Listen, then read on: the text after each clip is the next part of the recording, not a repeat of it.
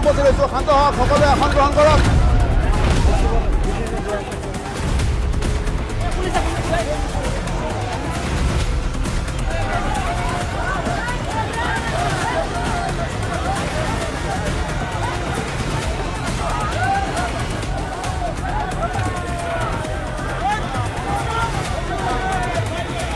অনুৰোধ জনাম সকলোকে মন্তব্যটো কৰাৰ আগতে নামটো আৰু পৰিচয়টো দিবলৈ অনুৰোধ জনাম মই মনিৰুজ্জামান বনি ভাৰতীয় জনতা পাৰ্টি দক্ষিণ চীমা মানকাছৰ জিলাৰ উপসভাপতি আজি আমাৰ গোটেই ভাৰতবৰ্ষব্যাপী যি উন্নয়নৰ ধাৰা এই উন্নয়নৰ ধাৰাৰ ওপৰত ভিত্তি কৰি লগতে তিনিবাৰ আমি এনে এজন সাংসদক আমাৰ ভোটাৰসকলে ভোট দিছিলে যি সাংসদক কোনো চৰকাৰে গ্ৰহণেই নকৰে যি পাৰ্টিটো তো এনেকুৱা এটা পৰিস্থিতিত পাৰ্টিক আমাৰ অঞ্চলেও এইবাৰ গ্ৰহণ নকৰা হ'ব উন্নয়নৰ ধাৰাৰ কথা কৈছে উন্নয়ন হৈছে নে আপোনালোকৰ সমষ্টিটোত আজি চাওক আমাৰ চৰকাৰীয়ভাৱে উন্নয়ন যথেষ্ট হৈছে আমাৰ চৰকাৰৰ ফালৰ পৰা বিভিন্ন স্কিম আজি অৰুণোদয়ৰ কথাই কওক আজি আমাৰ চিকিৎসাৰ ক্ষেত্ৰতে কওক মেডিকেলৰ ক্ষেত্ৰতে কওক সকলো ক্ষেত্ৰতে আজি এইমছ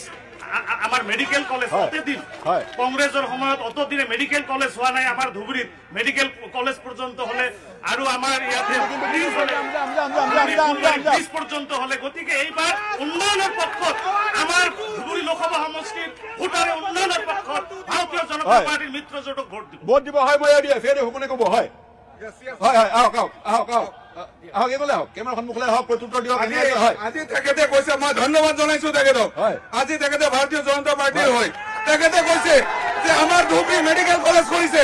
আমাৰ চৰকাৰে দিছে হয় আমি মানি লৈছো আজি ভাৰতত বিজেপি চৰকাৰ হৈ আছে চৰকাৰে দিব কিন্তু ৭০ বছৰ ধৰি আমি কংগ্ৰেছক ভোট দি আছিলো আমাৰ এই ধুবুৰী সমষ্টিত ভোটটো আমি ৰ'জ ভোট হিচাপে আমি কংগ্ৰেছক দিছিলো আমি সৰুৰ পৰা দেখিছো যে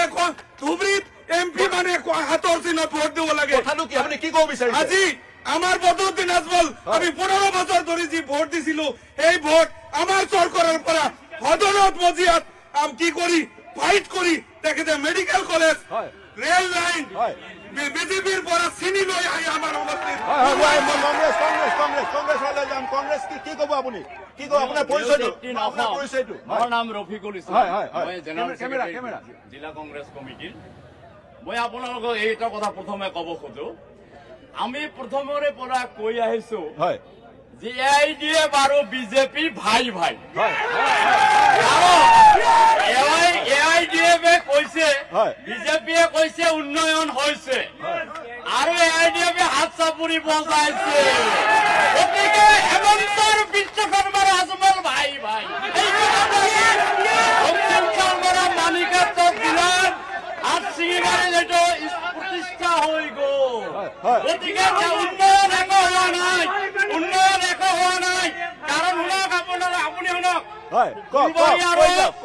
ধুবুৰীত যিটো দলং এইটো ২০০৮ চনত তেতিয়াৰ মুখ্যমন্ত্ৰী মুকুল চাংমাদেৱ অসমৰ মুখ্যমন্ত্ৰী প্ৰয়াত তৰুণ গগৈদেৱ আৰু চৰকাৰে এই ব্ৰিজখন দি গৈছিলে আৰু এই ব্ৰিজখনক লৈ এওঁলোকৰ মাজত টনাটনি আৰম্ভ হৈছে আৰু এটা কথা মই কওঁ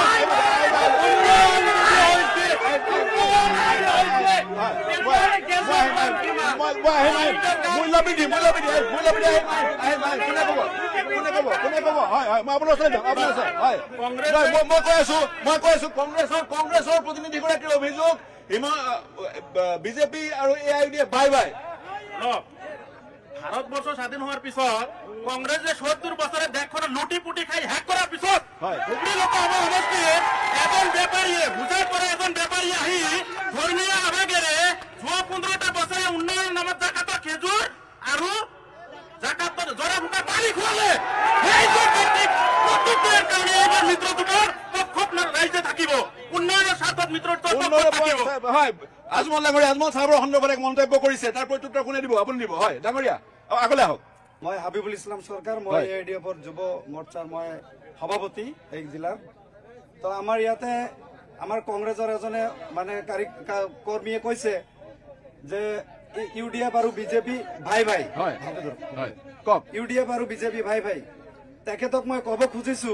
আৰু তেখেত নিজেও ভালকৈ জানে এইটো ভাৰতবৰ্ষৰ গণতন্ত্ৰত এটা কলংক যে ৰানিং গভৰ্ণমেণ্টৰ ৰানিং মানে MLA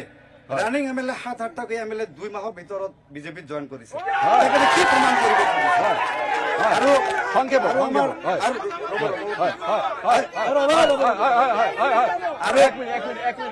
আৰু ক্লিয়াৰলি কৈছে যে ইলেকশ্যনৰ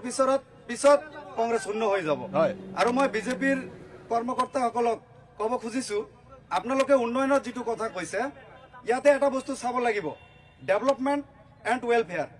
দেশ এখন উন্নয়ন হ'বলৈ হ'লে ৰাষ্ট্ৰীয় পৰ্যায়ত দেশক প্ৰমাণ কৰিব লাগিব দেশত GDP কিমান দেশত ৰাইজৰ লোন কিমান এইটো প্ৰমাণ কৰিব লাগিব এটা কথা প্ৰমাণ কৰিব লাগিব এটা কথা 1 মিনিট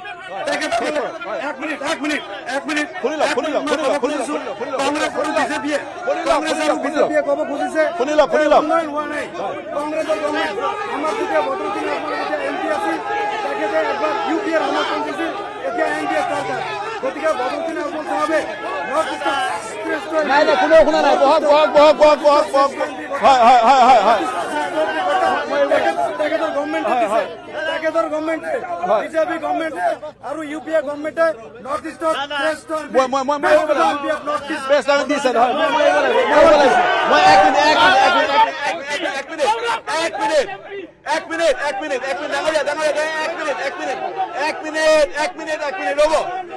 দক্ষিণ শালমৰা মানকাছৰত কি উন্নয়ন হৈছে ধুবুৰীত কি উন্নয়ন হৈছে বা কি হ'বলগীয়া আছে শিক্ষাখণ্ড স্বাস্থ্যখণ্ডত কি উন্নয়ন হৈছে বা হ'বলগীয়া আছে মূলতঃ আমি এই সমষ্টিটোৰ এই স্থানৰ বিষয়ে প্ৰশ্ন সুধিম বা মন্তব্য এই স্থানৰ বিষয়ে সীমিত ৰাখিবলৈ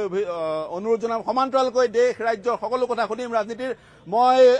পুনৰ আৰম্ভ কৰিছো মই কংগ্ৰেছৰ পৰা আৰম্ভ কৰিছো হয় ডাঙৰীয়া হয় কি ক'ব কেনেকুৱা হৈছে উন্নয়ন বা কি দেখিছে মই ধৰিম ধন্যবাদ জনাইছো মোৰ তৰফৰ পৰা মোৰ নাম কাজী নজৰুল ইছলাম মই ডিষ্ট্ৰিক্ট লিগেশ্যনৰ চেয়াৰমেন হয় মই ধৰিম উন্নয়নৰ ফালৰ পৰা যদি আমি ক'ব পাৰো আমাৰ বন্ধুজনে ক'লে যে শ্ৰেষ্ঠ এমপিৰ ভিতৰত আজমল সাহেব শ্ৰেষ্ঠ এমপি কিন্তু মই যিটো দেখিছো যে এই 15 বছৰৰ ভিতৰত আজমল সাহেবৰ কোনো ক্ষমতা নাই আমাৰ ডিষ্ট্ৰিক্টত উন্নয়নৰ ফালৰ পৰা যদি চিন্তা কৰে দেখা যায় তেতিয়াহ'লে তেওঁ উন্নতি কৰিছে তিনিটা উন্নয়ন তিনিটা কি লাগে তেওঁ আমাৰ শিক্ষাৰ ক্ষেত্ৰত ইয়াত কোনো উন্নতি কৰা নাই আৰু ৰাস্তা ঘাটৰ ক্ষেত্ৰত কোনো উন্নতি কৰা নাই আৰু এখেতে যে কৈ আছে ইয়াত ব্ৰিজ বনাইছে তেখেতৰ কোনো ব্ৰিজৰ অৱদান নাই গতিকে মই ক'ব পাৰো যে 11 দিনত আমাৰ ধুবুৰী ডিষ্ট্ৰিক্টত কোনো ডেভেলপমেণ্ট হোৱা নাই মই বিজেপিৰ ওচৰলৈ যাম হয় ডাঙৰীয়া মই আহিম আপোনালোকৰ ওচৰলৈ আহিম হয় আপুনি কি ক'ব বিচাৰিব কংগ্ৰেছে এটা কথা কৈছে আপোনালোকৰ সন্মিলিত প্ৰাৰ্থী গতিকে সেই প্ৰাৰ্থীগৰাকীৰ সন্দৰ্ভত বা তেওঁৰ প্ৰতিশ্ৰুতি তিনিটাই প্ৰতিশ্ৰুতি আপুনি কওকচোন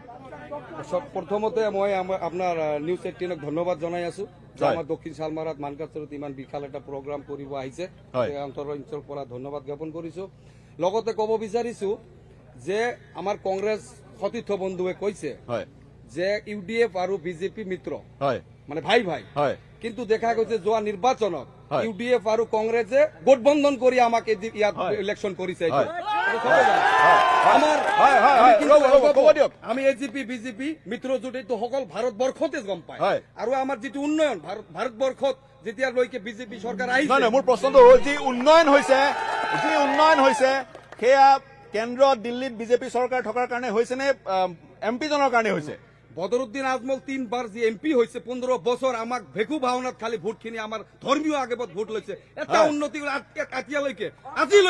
ধুবুৰী ডিষ্ট্ৰিক্টত এটা আদৰ্শিলা দেখুৱাব নোৱাৰিব বদৰুদ্দিন আজমল ছাৰ মই চ্যালেঞ্জ কৰিছো আমাৰ খালি ধৰা পোকা কৰি ৰাজনীতি কৰি ধৰ্মীয় আবেগত ধৰ্মৰ নামত মাইনৰিটি মানুহ আমি মুছলমান সংখ্যালঘু মানুহ খালি ধৰ্মীয় আবেগত ভোট লৈছে কিন্তু এইবেলি আমাৰ দক্ষিণ শালমাৰা মানকেশ্বৰ ৰাইজে খতিয়ান বিচাৰিছে 15 বছৰৰ খতিয়ান কি ক'ব সংক্ষেপত মই এই যে বছৰ যাবলৈ সংক্ষেপত স্যাৰ মই Ramzan Ali Sikdar block Congress general secretary কি ক'ব আমি মানকেশ্বৰ সমষ্টিৰ উন্নতি আমি চাইছো 15 বছৰ চাইছো গোটেই মানুহ 3 লাখ মানুহে জানে বদৰুদ্দিন চাচা উন্নতি কৰিছে আজিলৈকে আমাৰ 5 কিলোমিটাৰ ৰাস্তা এতিয়ালৈকে ভালদৰে হোৱা নাই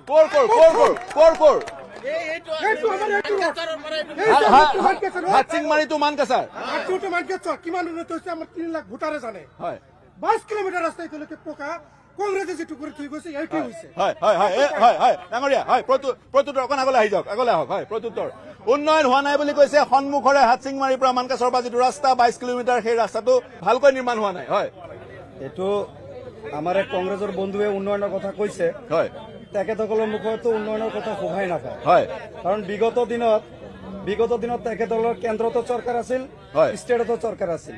তেখেতসকলৰ দিনত কিয় হোৱা নাছিল হয়। তেখেতসকলৰ মুখত উন্নয়নৰ কোনো কথা শোভা নাপায় হয়। গতিকে এতিয়া যিবিলাক সিহঁতে উন্নয়নৰ কথা কৈছে এইবিলাক একেবাৰে মিছা প্ৰতিশ্ৰুতি এতিয়া প্ৰশ্নটো প্ৰাসংগিক প্ৰশ্নটো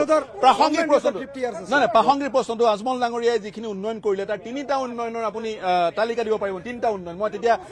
সেইকেইটা কথা লৈ মই এওঁলোকৰ ওচৰলৈ যাবলৈ সুবিধা হ'ব মই ইয়াৰ পিছত অৰাজনৈতিক সংগঠন লৈ যাম হয় 3টা হয় 3টা নহয়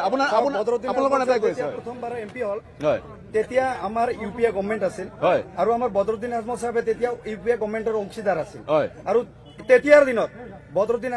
আজমল সাহেবে প্ৰথমবাৰৰ কাৰণে ধুবুৰী ফুলবাৰী ব্ৰিজ হয়। 7 টাইম স্থাপন কৰিছে আৰু ইউপিএ গভৰ্ণমেণ্টৰ অংশীদাৰ হিচাপে তেখেতে ব্যক্তিত্বৰ বলত তেখেতে এজ এ কেণ্ডিডেটৰ বলত তেখেতে ছিঙি লৈ আহি আজি ধুবুৰী আৰু ফুলবাৰী ব্ৰিজ নিৰ্মাণ কৰি উন্নয়ন কৰিছে হয় ব্ৰিজখন আৰু যিটো উন্নয়নৰ কথা কৈছে হয়। বিজেপিয়ে যিটো উন্নয়নৰ কথা কৈছে হয়। বিজেপিয়ে সবকা সাথ সবকা বিকাশ হয়। আৰু মূল্য বৃদ্ধিৰ ওপৰত নাৰা লগাই দেশৰ গভৰ্ণমেণ্টত আহিছে হয়। তেখেতে আজি যিটো মূল্য বৃদ্ধিৰ প্ৰব্লেম হয়। গোটেই মাৰিব লাগিব। চলি আছে হয়, মাৰিব লাগিব আপোনাক। আপুনি হয়। শুনক মাৰিব লাগিব। অহমৰ লগত হয়,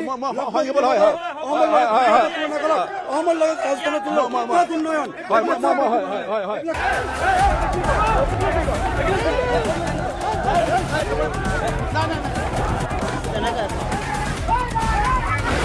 মানকাছৰ উপস্থিত হৈছো শান্ত হওক সকলোৱে আসন গ্ৰহণ কৰক